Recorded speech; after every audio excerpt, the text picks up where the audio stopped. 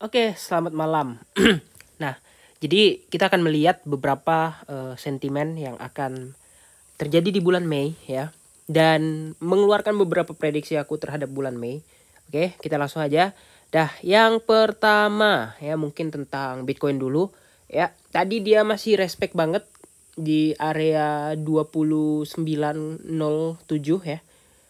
Dan kemudian sempat naik lagi ke area tadi pagi yaitu di 293, dan untuk saat ini kayak kelihatan hanya sideways saja, sideways manja ya. Dan kalau kita perhatikan juga kayaknya memang belum ada indikasi mau ngedam atau mau ngepump sejauh ini, karena benar-benar kayaknya besok ditunggu semua tuh ya. Soalnya closing weekly, closing monthly, itu kan candle-nya kan menentukan nih. Yang bulan April nih nutupnya apa, dan minggu ini nutupnya apa untuk menentukan tutupan minggu depan. Dan April ini tutupannya apa untuk menentukan tutupan bulan depan kayak gitu. Jadi benar-benar sangat krusial. Besok adalah hari yang krusial banget pastinya. Apalagi Asia ya. Kita akan lihat Asia nanti jam 2, jam 5 akan bergejolak, membuka pergerakan market yang kayaknya akan menjadi highlight daripada market untuk kedepannya gitu ya. Ya kita lihat aja nanti dari jam Asia. Nah, jadi kalau kita lihat ada yang komen kemarin, aku lupa komennya. Yang penting intinya dia bilang kalau aku lihat bulan Mei bakal hijau bang, dari dari returnnya kalau dilihat dari Elliott Wave. Oke, ya ada yang komen itu ya. Nah, kita lihat dari Elliott Wave dulu. Nah ini sekalian ya kita belajar.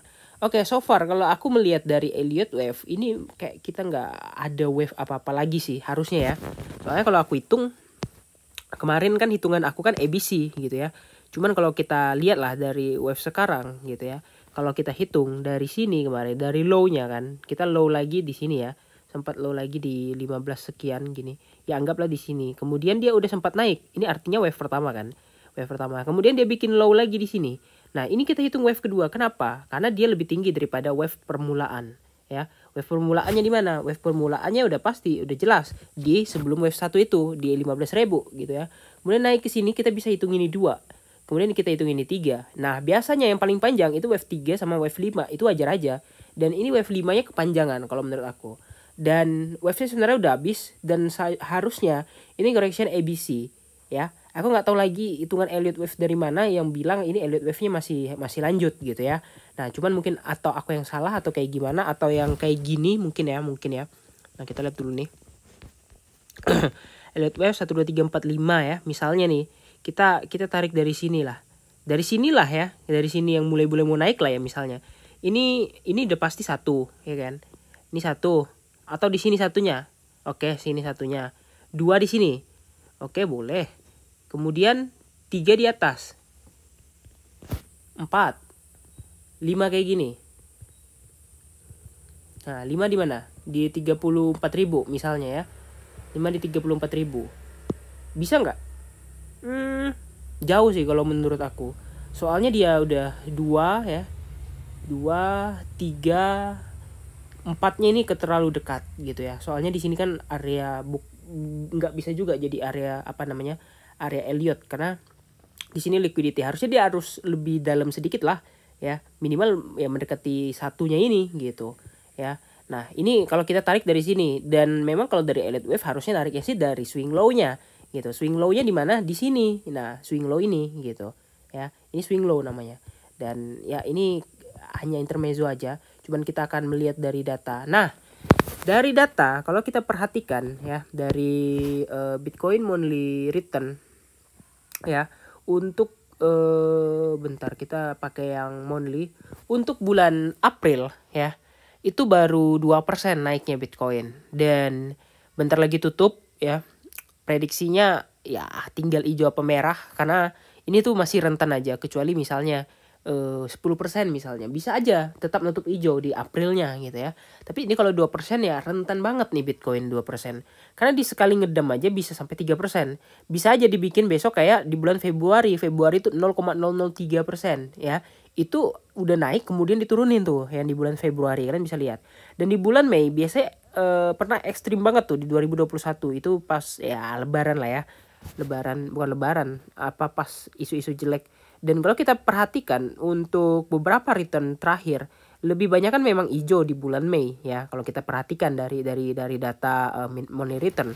Cuman ya setiap bulan pasti ada sentimen yang berbeda. Nah, kemudian di sentimen di bulan Mei ada apa? Tanggal 3 ada The Fed. Ya. Nah, banyak banget yang prediksi. Wah, aku prediksi Bang kalau kalau suku bunga nggak akan naik gitu ya. Nah, ada juga yang prediksi aku yakin The Fed diam-diam menaikkan suku bunga ke 0,25 sorry, ke 25 BPS jadi 5,25% ya. Ada yang bilang kayak gitu. Dan so far kalau kita lihat dari dari DXY daily ya. Ini polanya pola yang sangat-sangat menyeramkan kalau menurut aku lah ya. Kenapa? Karena ini adalah pola akumulasi. Bisa aja DXY ini ngepam. Wah, ini DXY ini nggak ada teknikalnya Bang, jangan salah ya. Bull diff dan bear diff di DXY itu juga ngaruh guys ya sebenarnya gitu ya. Nah, jadi kalau kita perhatikan ini sempat tadi ke level yang lumayan tinggi ya 102 dan takutnya ya bisa lebih naik lagi dan mengakibatkan dolar naik juga. Tapi Bang kalau misalnya DXY naik ya bahaya tuh, bank-bank tuh bakal banyak bangkrut. Nah, itu dia. Masalah itu cuma di situ gitu ya.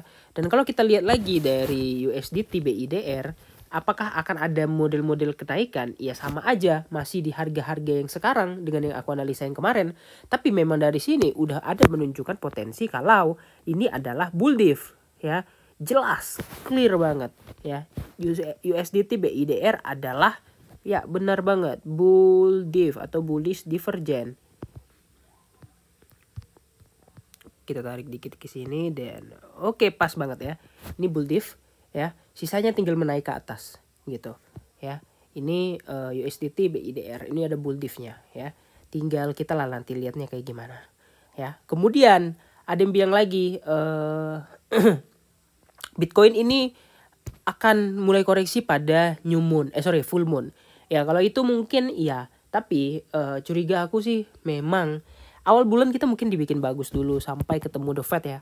Sampai ketemu The Fed semua tergoncang, kemudian indikator bulan bintang juga bersaksi.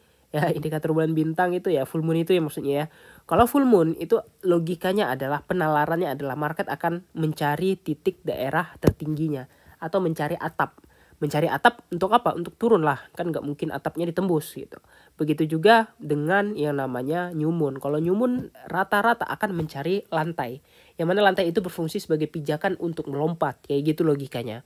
Kalau atap untuk terbentur gitu ya. Nah jadi analoginya mungkin akan berbanding terbalik nanti di tanggal 3 dengan pada saat The Fed gitu.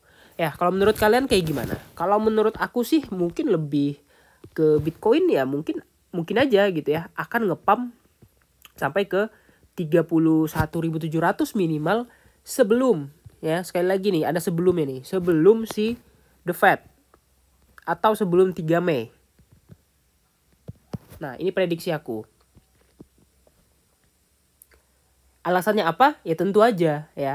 Karena sebelum itu ya tentu aja satu yang pertama yang pasti nih. Apa alasannya Bang? Ya tentu aja gitu kan. Satu, mencari likuiditas. Benar. Likuiditas ada di sana. Kemudian yang kedua ya, biasanya memang sebelum full moon itu pasti terbang gitu. Dan yang kedua, kalau Bitcoin mau bentuk lebih tinggi, dia harus besok minimal nutup di atas 30.000 dong. Kenapa? Karena kalau nggak nutup di atas 30.000, high-nya kemarin di sini itu nggak kejemput. Jadi dalam artian kalau misalnya Bitcoin nggak nutup 30.000 yang di sini, ini artinya dia reject. Dia naik kemarin ke 30.000 kemarin, cuman menjemput dan reject. Jadi artinya endingnya bisa kayak gini gitu. Nah, takutnya tuh kayak gitu ya. Tapi ini hanya prediksi analisa aku aja yang biasanya sering juga meleset.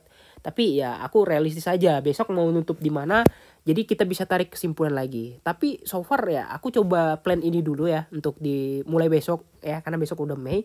Dan kalau invalid nanti aku buat video lagi ya.